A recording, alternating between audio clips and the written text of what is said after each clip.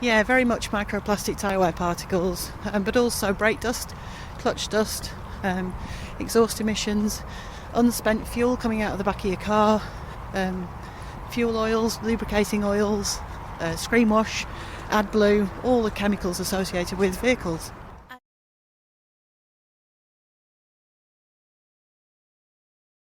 This pipe literally just goes straight into the stream. There is no treatment at all. The treatment is the stream, is it? Yeah, well, absolutely. The treatment is sort of happening in this pool, but that's illegal because this is a natural watercourse. Now, I know from the analysis that we've done that this contains toxic levels of polyaromatic hydrocarbons, and yet we've got creatures watering from this because it's their local source of water.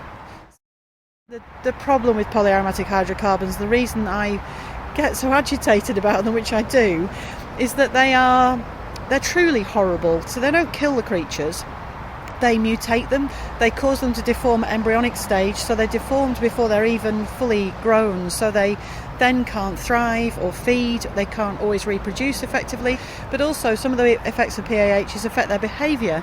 So they become unable to evade predators, they become unable to chase their own prey, so it's a nasty, insidious, long-term pollution that causes long-term harm to the ecosystem, but it doesn't necessarily kill them.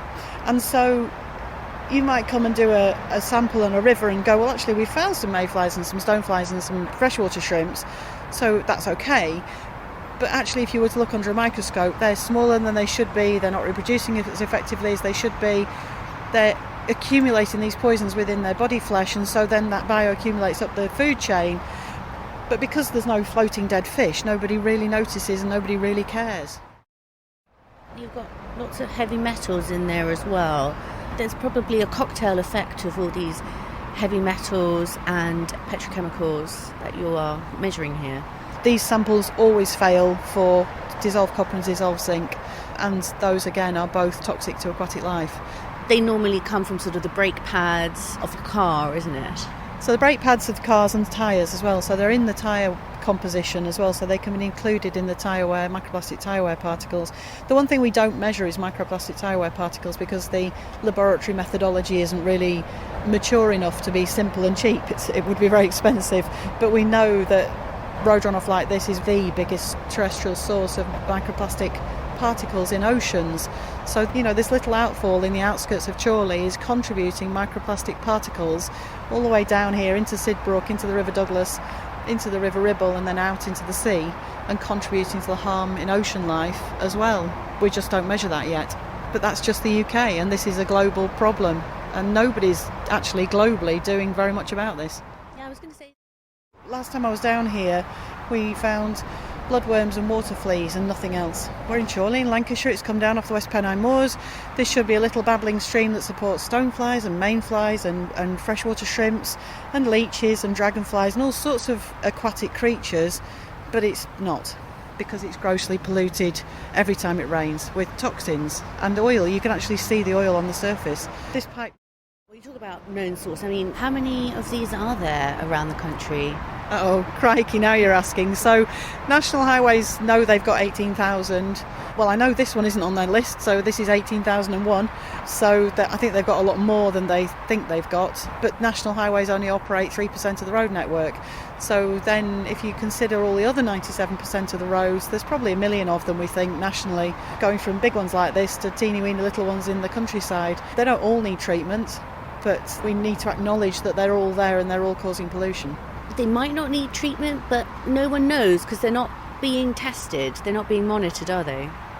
No, so National Highways did some monitoring between 10 and 15 years ago and built a model so that they can model the risk from these outfalls. So since then they haven't done any monitoring, and the Environment Agency have never done any monitoring of this problem apart from some very small projects over the years.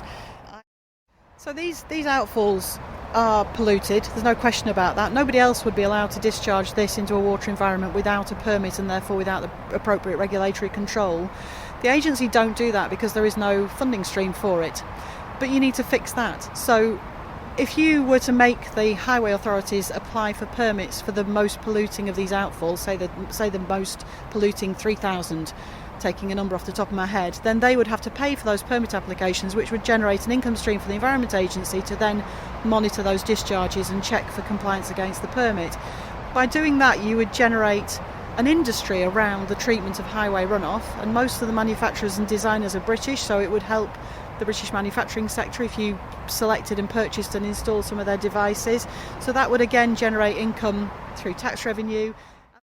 There are some really good examples of treatment schemes on new build roads, particularly with local authorities in Cheshire and Lancashire.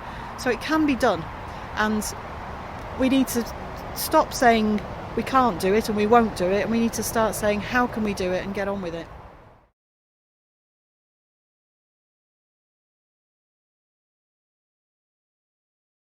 Yeah, so this is the M6 near junction 22, and it's the smart motorway programme. So they are upgrading this stretch of the M6 into a smart motorway, so all 4 lanes will become running lanes, so there will be no hard shoulder, and they have eradicated the grass section in the central reservation and replaced it with concrete surface and a vertical concrete barrier, and then they've put concrete slip form drainage channels along the motorway length.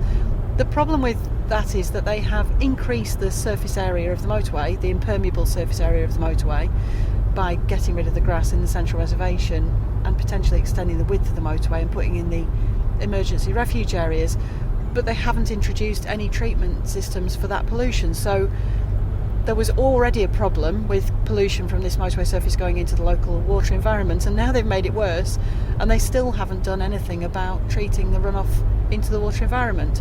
So this is a multi-million-pound investment in upgrading the motorway, and yet they haven't upgraded the drainage infrastructure from a pollution point of view at all.